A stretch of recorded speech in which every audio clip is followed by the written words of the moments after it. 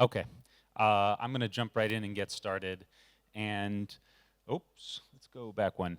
AI governance, the problems, players, and plan. Here I'm talking about shaping the digital future. Obviously, that's an enormous question, enormous problem. So I'm going to narrow it down to AI governance, which is what I study. I tend to study the relationship between the US and China in this space. And that's what I'm going to focus on today, and hopefully we can transport some of these lessons into other areas. So AI governance, the problems, the players, and the plan. It's a bit of a deceptive title because actually this is just a plea for help. Here I'm supposed to be conveying ideas. In fact, I just want to recruit all of you for my big picture project of figuring out what the hell is going on with AI governance and hopefully getting us onto a productive path between these two places.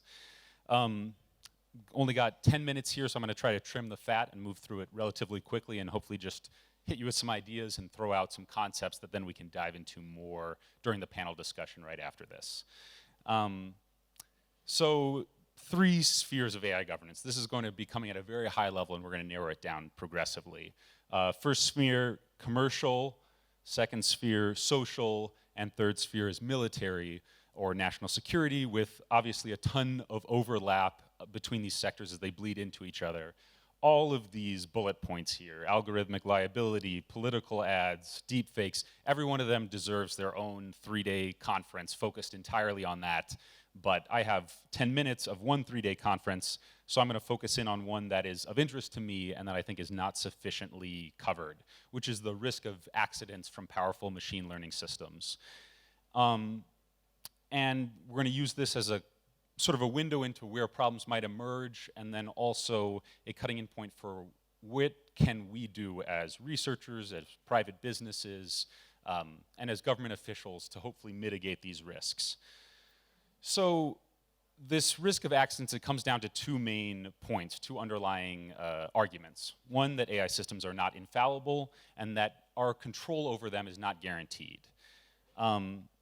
For the infallibility question, a great example comes from Amazon's recognition system. The ACLU, the American Civil Liberties Union, used Amazon's own facial recognition system, which scans faces against a database of criminals, and they scanned all of the members of Congress and found that 28 of them were falsely matched to convicted criminals in the United States. This is not to say that members of Congress in the United States are not criminals. They're just not these particular criminals that they were actually matched to. This comes to the fallibility question, and we're going to talk a lot about this kind of stuff in the next panel. One that I think is less understood is the issue of control over the systems and our ability to make sure that they're doing what we want them to do. And for this, oops. Okay, well, it's supposed to be a video. It's not playing, that's all right.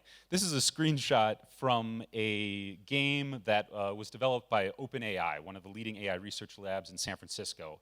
The game is called Coast Runner. It's a video game where you're supposed to run around a track and get sort of maximum points to win the game. OpenAI tends to train a lot of its reinforcement learning systems on video games because you're trying to teach the AI how to operate in a larger, somewhat unstructured environment.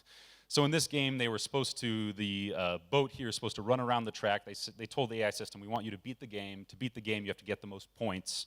And so run around the track and get all these points. What the system actually ended up doing was teaching itself that the way to get the most points was to run around in circles, constantly crashing into the walls and consistently re-upping, getting the same couple of points from a couple dots. So functionally, instead of actually playing the game the way that we intend it to be played and beating it that way, it found a loophole which was very self-destructive and yet accomplished the goal that it was ostensibly set out to achieve, which was to get the most points.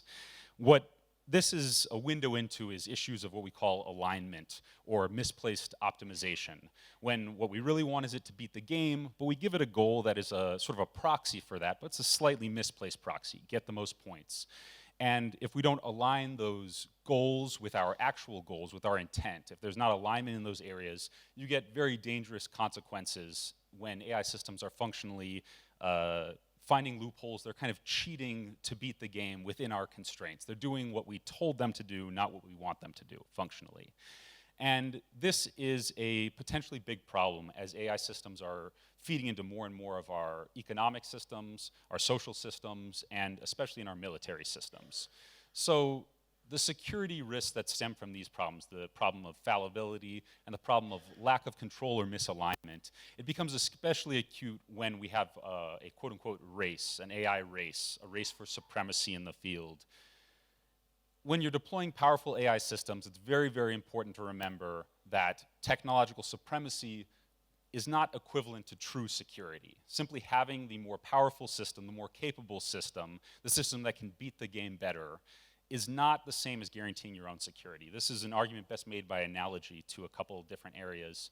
One, to biotechnology. This is something that Shruti from Carnegie, India knows very well.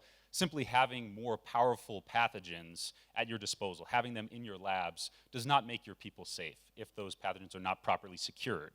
It also equates to nuclear weapons and nuclear technology more broadly. Simply having more powerful weapons than your opponent does not guarantee that you're safe. You need your weapons to be secure, safe, reliable. You need to have them firmly under your own control, and you need to make sure that your opponent has them under their control. This is where AI governance comes in. It's sort of my hypothesis that over the next 5 to 10 years, it's going to become not just important, but absolutely crucial, imperative, that the leading AI powers of the world are in conversation about these things to try to set down norms by which we can ensure the security of both systems, in the same way we laid out a non-proliferation regime, in the same way that we lay out scientific conventions around the treatment of hazardous materials. We're going to need to do the same thing for AI in many areas. So what's needed for stable AI governance? I think usually this conversation starts with, oh, shared values. You know, we need to sit down and realize East and West, we're not so different, it's going to be great. I think that's not going to happen, especially between the US and China, where we're full of mutual recrimination and suspicion. So I'll posit 3 things that are needed. You need a compelling reason. You need to feel that it is in your personal interest, not in the world's interest, not in the interest of the common good. You feel that it is in your interest as a world leader, as a company, to work out an AI governance regime. Second, you need clarity on capabilities. If you're going to come to a negotiating table and hammer out an agreement, both sides need to have a sense of where they stand relative to the other. Otherwise, the negotiation functionally doesn't have anywhere to start. And finally, you're going to need many different layers of engagement. This is not just a government-to-government problem. It's not just a company-to-company problem. We're going to need to have scientists from different countries and different labs in conversation with each other. So what can we do as researchers, as private companies, as government officials to push this forward? I would argue the first thing we need to do is we need to articulate this compelling reason. We need to make it clear. This is kind of meta because that's what I was just trying to do for all of you with those examples beforehand. It's also something that I do in my own writing and work, trying to make the case publicly that this is not, that if we are concerned about our own domestic interests and security, we need to be in dialogue about AI. The second thing, which makes up the bulk of my work today, is getting clarity on the capabilities, trying to study, create frameworks, and ideally quantify what are the capabilities between the 2 countries. I break this down into sort of 5 areas. I think we've in the past had a very hand-wavy sense, oh, you know, the US is dominant in AI. No, China has all the data, they're rising, they're going to destroy us. And we need to move past that hand-wavy conversation. We need to get down to nuts and bolts. And so a first pass at that is breaking it down into its components. AI inputs, data, talent, compute, private ecosystem, and a government plan. So a lot of my work these days is trying to come up with frameworks to quantify these.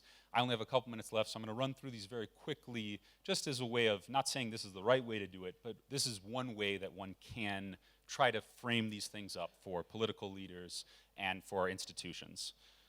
For data, this comes from the piece that actually got me connected to Rudy and got me invited here, trying to break down data past the just, you know, quantity is all that matters. Say there's actually 5 dimensions of data. It's about the quality of the data, the diversity of the data set, the access, and come up with at least a framework for understanding this. Talent, this is one that's most easily quantified. This comes from work I did with my colleagues at MacroPolo, looking at the top AI conference and saying, where do the researchers who are publishing here work? Where do they go to college? Where do they do their PhDs? Talent is relatively easily quantifiable, but we need a lot more work. This is based on a conference from 2018. The same conference is happening starting on Sunday, this Sunday. So we need someone to go through and do the same study for this year. National semiconductors and computing power. This is hugely important, very central to the debate, but something that I haven't read a good analysis of, a framework for analyzing this. So this is where I need your help, your work here. We need a lot of researchers, young researchers, not just young researchers, old researchers too, to go to work in setting up a framework for this so that we can understand it in a common context and get a sense of where do different countries stand, because that's a starting point for negotiations. In terms of mapping private AI ecosystems, this is from the same project, trying to map the Chinese AI ecosystem, who are the investors, who are the startups, who are the big companies, and through that come with a picture of how it functions. And finally, coming up with a framework and hopefully a quantitative analysis for how, say, China's AI plan actually works. My theory being that it's a central government sort of clarion call, but the real action is at the local level with local officials who are incentivized to make it happen in their jurisdiction. So bringing it back to what's needed, the last piece here is the layers of engagement. And I think this is an institution like Carnegie, an event like the Global Technology Summit is a perfect example of where we can bring together the scientists and the corporates and the government officials to have a dialogue that's not just in the mutual suspicion, recrimination sort of tone, but to have a real conversation about this and bring together stakeholders from different countries. There's so much work to be done. I hope that we will all get to it together. I hope that I can recruit some of you into this project. So thanks for your time, and if you're interested in this stuff, feel free to get in touch and follow the work that we do at MacroPolo on this. Thanks very much.